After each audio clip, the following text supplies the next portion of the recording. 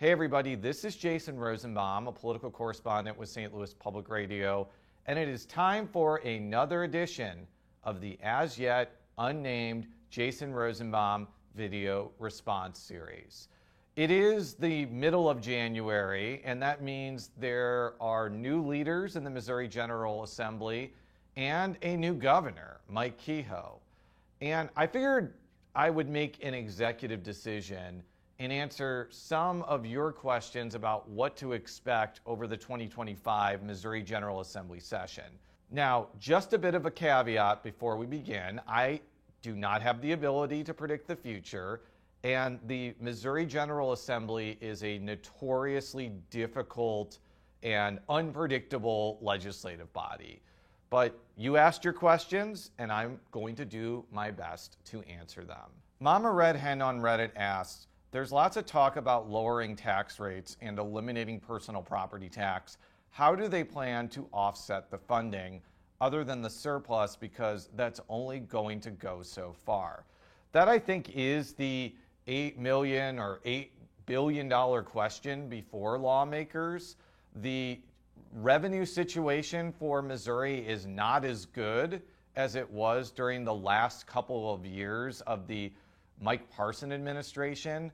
So even though Republicans clearly have the drive and desire to do things like, chopping down the personal property tax or lowering the income tax even further, they're going to have to come up with some way to recoup the money. The idea that you can eliminate either one of those things and not see basic services fall off a funding cliff, I think is just kind of foolhardy. We saw that in Kansas. That sort of mentality just does not work, especially when there are constitutional protections for things like Medicaid expansion or education funding that need to be taken into consideration. It would not surprise me, though, if lawmakers cut taxes kind of on the peripheral. Democrats in the Missouri legislature have said for a while that they're for paring down or getting rid of taxes on groceries. Perhaps that is something that the Republicans and Democrats and Governor Kehoe can come to some sort of agreement with. But I'm not expecting any major changes to the tax code in 2025 unless the revenue situation improves dramatically and there is sort of a fundamental plan on a way to replace the revenue. Infamous Brad on Reddit asks, the Missouri legislature has been paralyzed by a three-way Dem-Republican MAGA split for several years now, barely passing a budget and little else. And I got the impression that its membership hasn't changed all that much this coming year. So are we in for anything but more gridlock? And if so, what's different this time? So ever since the Republicans captured especially the supermajority in the 2010s, there has always been a group of GOP lawmakers in the House and Senate who have clashed with leadership for some reason. The Conservative Caucus or the Freedom Caucus is just a more organized group kind of reflecting that reality. I think the biggest question going into 2025 is who are the people that are going to step up to replace senators like Bill Eigel and Denny Hoskins, who are no longer in the chamber.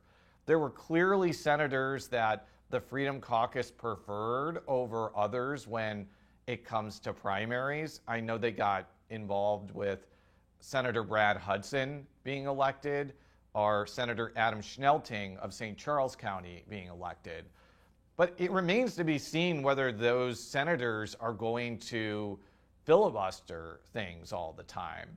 Neither one of those two really had a reputation in the Missouri House of trying to gum up the works in the limited ways that are possible to gum up the works in the House.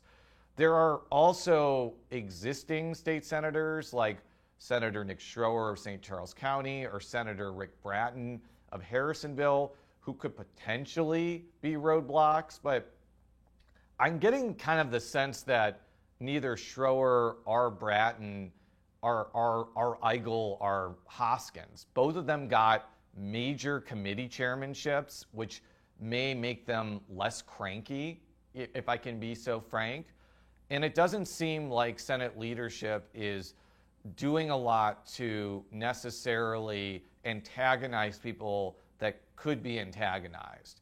And if that remains to be the case, we could have a situation where the fights are more about Republicans versus Democrats, like we saw in the mid-2000s, than Republican on Republican violence that has personified the legislative sessions of the past 3 to 4 years. This has been kind of one of the long-running storylines in Missouri state government since the end of the official COVID pandemic.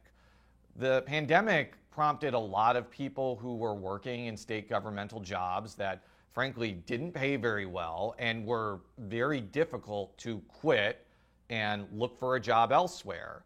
And filling those positions, even when state governmental officials have been able to raise salaries for employees, has been very difficult. The best example that I can probably provide is the challenge of recruiting and retaining child abuse investigators.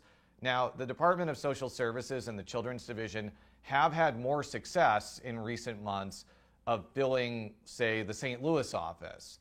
But the open question that people like Kehoe and the Republican-controlled legislature are going to have to grapple with is, if the salaries don't go up by a significant amount, especially in really difficult jobs like investigating child abuse, then the momentum that you may have had over the last 6 months or so may not be sustainable.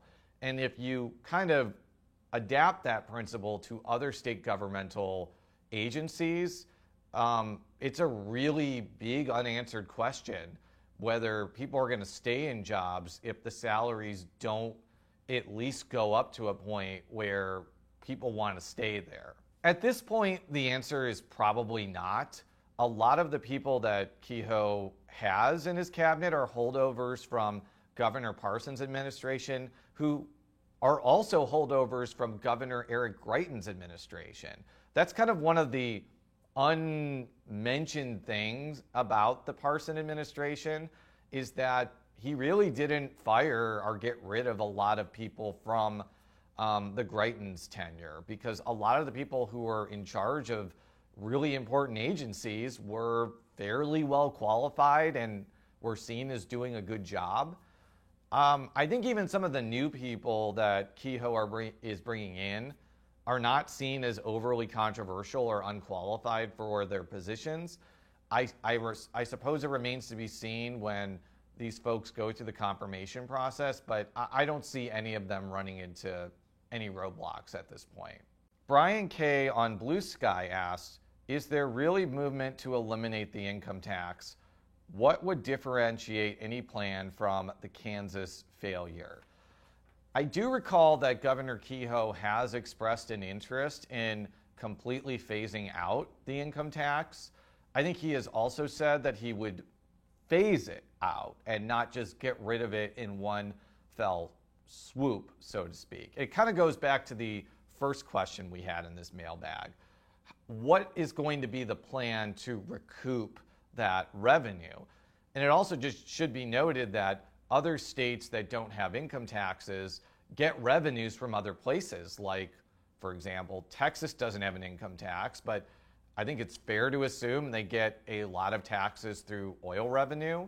Florida doesn't have an income tax, but they have a massive tourism industry that probably can recoup the difference. And a lot of those places have really high property taxes as well.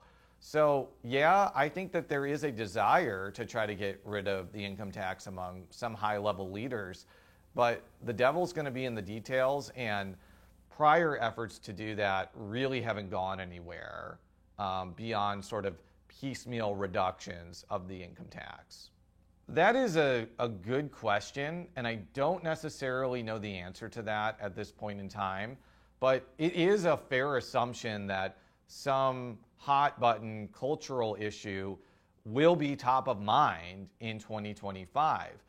probably like one of my hottest takes is that I would not be surprised if Missouri legislators did not pass anything responding to Amendment 3 in 2025, especially something that would have to go back to voters. That may be something that takes up a lot of 2026, but because any measure is probably going to go on the 2026 ballot, there is not necessarily the urgency to pass something this year to try and repeal or replace the constitutional protections for abortion rights.